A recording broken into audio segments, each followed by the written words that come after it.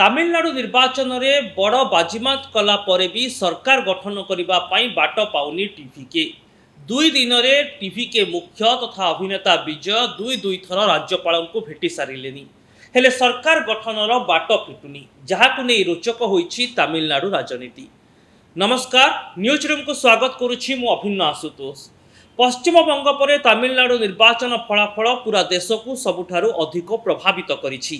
କାହିଁକି ନା ତାମିଲନାଡୁରେ ପ୍ରାୟ 50 ବର୍ଷରୁ ଅଧିକ ଧରି ଚାଲିଥିବା ଡିଏମକେ ଏଆଇଡିଏମକେ ଶାସନର ଅନ୍ତ ଘଟିଛି।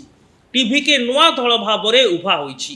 ତାମିଲନାଡୁରେ ମୋଟ 234ଟି ବିଧାନସଭା ଆସନ ପାଇଁ ନିର୍ବାଚନ ହୋଇଥିବା ବେଳେ ଟିଭିକେ 108ଟି ଦଖଲ କରିଛି। କିନ୍ତୁ ସରକାର ଗଠନ ପାଇଁ ସଂଖ୍ୟାଗରିଷ୍ଠତାର ନମ୍ବର ହେଉଛି 118। ଏଣୁ ଏହାକୁ ନେଇ ବଡ଼ ଗୋଳମାଳିଆ ହୋଇଯାଇଛି ତାମିଲନାଡୁ ରାଜନୀତି। ତାମିଲନାଡୁରେ ବର୍ତ୍ତମାନ ସମୟରେ ଡିଏମକେ କିମ୍ବା ଏଆଇଏଡିଏମକେ ପାଖରେ ସରକାର ଗଠନ କରିବାର ସୁଯୋଗ ନାହିଁ। କିନ୍ତୁ କିଙ୍ଗ ମେକର ପାଇଁ ଯେଉଁ ଦାବି ରହୁଥିଲା ଟିଭିକେର, ତାହା କିଙ୍ଗ ଭାବରେ ସାମ୍ନାକୁ ଆସିଥିଲେ ବି ଅଳ୍ପ କେଇ ନମ୍ବରରୁ ଏଥିରୁ ସେ ଦୂରେଇ ରହିଛନ୍ତି। ଅର୍ଥାତ୍ ସରଳ ଭାବରେ ବୁଝିବାକୁ ହେଲେ ଟିଭିକେ 108 ଆସନ ପାଇଛି, କିନ୍ତୁ ସରକାର ଗଠନ ପାଇଁ ଆବଶ୍ୟକ 118 ବିଧାୟକଙ୍କ ସମର୍ଥନ, ଯାହା ଟିଭିକେ ପାଖରେ ନାହିଁ ଏବଂ ଯାହାକୁ ନେଇ ବଡ଼ ଅଡୁଆ ପରିସ୍ଥିତି ସୃଷ୍ଟି ହୋଇଛି। ଏହାରି ଭିତରେ ଡିଏମକେ ମେଣ୍ଟରୁ ବାହାରି କଂଗ୍ରେସ ଟିଭିକେକୁ ସମର୍ଥନ ଜଣାଇ ସାରିଛି। ଅର୍ଥାତ୍ କଂଗ୍ରେସର 5 ଜଣ ବିଧାୟକ ବର୍ତ୍ତମାନ ସମୟରେ ଟିଭିକେକୁ ସମର୍ଥନ ଦେବେ। ସେପଟେ ଟିଭିକେ ମୁଖ୍ୟ ତଥା ଅଭିନେତାରୁ ରାଜନେତା ପାଲଟିଥିବା ବିଜୟ 2ଟି ଆସନରୁ ବାଜିମାତ କରିଥିବା ଯୋଗୁଁ ସେ ଗୋଟିଏ ଆସନରୁ ନିଜର ଇସ୍ତଫା ଦେବେ। ଏହାପରେ 233କୁ ଖସି ଆସୁଛି ମୋଟ ସିଟ୍ ସଂଖ୍ୟା। 233ରୁ ମଧ୍ୟ 117 କିମ୍ବା 118 ଆସନ ପାଇଲେ ହିଁ ଟିଭିକେ ସରକାର ଗଠନ କରିପାରିବ।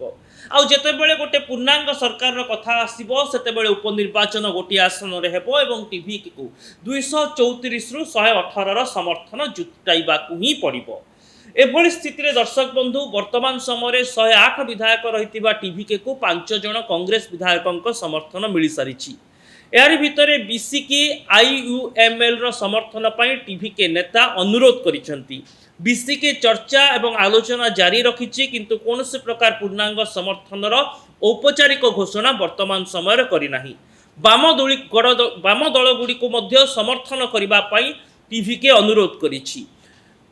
ଯଦି ତାମିଲନାଡୁ ନିର୍ବାଚନ ଫଳାଫଳକୁ ଦେଖିବା, ବାମ ଦଳ ଅର୍ଥାତ୍ ସିପିଆଇ ଏବଂ ସିପିଆଇଏମ୍ ମୋଟ 4 ଜଣ ବିଧାୟକ ନିର୍ବାଚିତ ହୋଇଛନ୍ତି। ଆଇୟୁଏମଏଲର ମଧ୍ୟ 2 ଜଣ ବିଧାୟକ ଅଛନ୍ତି ଓ କଂଗ୍ରେସର 5 ଜଣ ବିଧାୟକ ଅଛନ୍ତି। ଏମିତି ମୋଟ 13 ଜଣ ବିଧାୟକ ଯଦି ବର୍ତ୍ତମାନ ଟିଭିକେକୁ ସମର୍ଥନ ଦେଉଛନ୍ତି, ତେବେ ହୁଏତ ସରକାର ଗଠନ ସମ୍ଭବପର ହୋଇଯିବ। ତଥାପି ଏହି ସରକାର ଗୋଟିଏ ଦୃଢ଼ ସରକାର ବୋଲି ବିବେଚନା କରାଯିବ ନାହିଁ। କାହିଁକି ନା 118 ଆସନ ଆବଶ୍ୟକ ସଂଖ୍ୟାଗରିଷ୍ଠତା ପାଇଁ ଟିଭିକେ ପାଖରେ 108 ରହିଛି ଆଉ 13 ବିଧାୟକଙ୍କ ସମର୍ଥନ ମିଳିବା ପରେ ଏହା ହୁଏତ 121ରେ ପହଞ୍ଚିଯିବ। କିନ୍ତୁ ପୂର୍ଣ୍ଣାଙ୍ଗ ସରକାରରେ ଯଦି କୌଣସି ପ୍ରସଙ୍ଗ ବା ଘଟଣାକ୍ରମକୁ ନେଇ କେହି ବିଧାୟକ ଇସ୍ତଫା ଦେବା କଥା ଚିନ୍ତା କରନ୍ତି, ତାହା ସରକାରକୁ ଦୋହଲାଇ ଦେବାର ଆଶଙ୍କା ଯଥେଷ୍ଟ ରହିଛି। ଏଣୁ ଏକ ସ୍ଥାୟୀ ସରକାର ଏବଂ କୌଣସି ପ୍ରକାର ବିପଦ ନଥିବା ସରକାର ଗଠନ କରିବାକୁ ହେଲେ ଟିଭିକେକୁ ଆହୁରି ଅନେକ ବିଧାୟକଙ୍କର ସମର୍ଥନ ଆବଶ୍ୟକ। ଅର୍ଥାତ୍ ପାଖାପାଖି ଯଦି ଆଉ 20 ବିଧାୟକ ଅତି କମ୍ରେ ଟିଭିକେକୁ ସମର୍ଥନ ଦିଅନ୍ତି, ତେବେ ଯାଇ ଟିଭିକେ ଗୋଟିଏ ସଂଖ୍ୟା ଗରିଷ୍ଠତା ଦୃଷ୍ଟିରୁ ମଧ୍ୟ ଏବଂ ରାଜନୈତିକ ସୁରକ୍ଷା ଦୃଷ୍ଟିରୁ ଏକ ସ୍ଥାୟୀ ଓ ପୂର୍ଣ୍ଣାଙ୍ଗ ସରକାର ଗଠନ କରିପାରିବ କହିଲେ କିଛି ଭୁଲ ହେବ ନାହିଁ। ଏ ତମାମ ଘଟଣା ଭିତରେ ଦର୍ଶକ ବନ୍ଧୁ, ସବୁଠାରୁ ରୋଚକ ହେଉଛି ଯେତେବେଳେ 2 ଦିନରେ 2 ଥର ବିଜୟ ଯାଇ ରାଜ୍ୟପାଳ ରାଜେନ୍ଦ୍ର ବିଶ୍ୱନାଥ ଅର୍ଲେକରଙ୍କୁ ଭେଟୁଛନ୍ତି। ପ୍ରଥମ ଦିନରେ ସେ 2 ସପ୍ତାହ ମହଲତ ମାଗିଥିଲେ ବୁଧବାର ଦିନ ରାଜ୍ୟପାଳଙ୍କୁ ଭେଟି ସରକାର ଗଠନ କରିବା ପାଇଁ। ଦ୍ୱିତୀୟ ଦିନ ପୁଣି ରାଜଭବନରୁ ଖବର ଆସିଥିଲା ବା ଲୋକଭବନରୁ ଖବର ଆସିଥିଲା ବିଜୟଙ୍କ ପାଖକୁ ରାଜ୍ୟପାଳଙ୍କ ସାକ୍ଷାତ ପାଇଁ ଏବଂ ରାଜ୍ୟପାଳ ଅର୍ଲେକର ବର୍ତ୍ତମାନ ସ୍ପଷ୍ଟ କରି ଟିଭିକେ ମୁଖ୍ୟ ବିଜୟଙ୍କୁ କହିଦେଇଛନ୍ତି ଯେ ପର୍ଯ୍ୟନ୍ତ ସେ 118 ବିଧାୟକଙ୍କର ସମର୍ଥନର କାଗଜ ଦେଖି ନାହାନ୍ତି, ସେ ପର୍ଯ୍ୟନ୍ତ ସରକାର ଗଠନ ପାଇଁ ଅନୁମତି ଦେବେ ନାହିଁ। ଅର୍ଥାତ୍ ବର୍ତ୍ତମାନ ସମୟରେ ସରକାର ଗଠନକୁ ନେଇ ଏକ ବଡ଼ ଜଟିଳ ସ୍ଥିତିର ସାମ୍ନା କରୁଛି ଟିଭିକେ। ଏଆଇଏଡିଏମକେ ଟିଭିକେକୁ ସମର୍ଥନ କରିପାରେ ଏମିତି ଏକ ଆଲୋଚନା ଗଣମାଧ୍ୟମରେ ଲଗାତାର ହେଉଥିଲେ ମଧ୍ୟ ଶେଷରେ ଏଆଇଏଡିଏମକେ ସ୍ପଷ୍ଟ କରିଛି ଯେ ସେମାନେ କୌଣସି ପ୍ରକାର ସମର୍ଥନ ଟିଭିକେକୁ ଦେବେ ନାହିଁ। कांग्रेस कही टीवीके को जो समर्थन दि जाइए ता पछरे मुख्य शर्त होउछि सेमाने कोनोसी प्रकार धर्म उपर विश्वास रखुवा धर्म को नहीं राजनीति करुवा दलंक सह हाथ मिसेबे नहीं।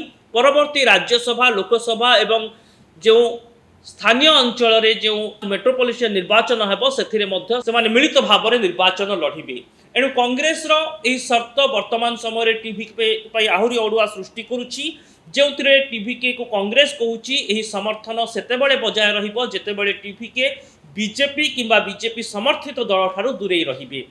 एभली स्थिति रे टीवीके भिसिके आईयूएमएल वाम दल गुड़िकर समर्थन पाई अनुरोध करिछि। एणु भिसिके और वाम दल गुड़िकर समर्थन स्पष्ट हेबा परे ही जना पड़िबो जे प्रकृत रे टीवीके केमिति सरकार गठन करुछि एवं एही सरकार रे केउ दल सबु मुख्य सहयोगी भाव में सामना को आसुछंती। संख्या दृष्टि वर्तमान कांग्रेस ही प्रमुख सहयोगी एवं दाबीदार सहयोगी दल रही आसुछि। दर्शक बंधु अपेक्षा रहिबो आगामी समय तमिलनाडु राजनीति केउ आड़े जाउछि टीवीके को केउ माने समर्थन करुछंती और कांग्रेस रा अभिमुख्य कोन रहुछि। से पर्यंत न्यूज रूम सह जोड़ी हुई रुहंतु। आमर सोशल मीडिया साइट यूट्यूब और फेसबुक रे हमको लाइक करंतु, आम वीडियो को शेयर करंतु, चैनल को सब्सक्राइब करंतु और निजर मतामत कमेंट बॉक्स रे निश्चित लिखंतु। रहुछि नमस्कार।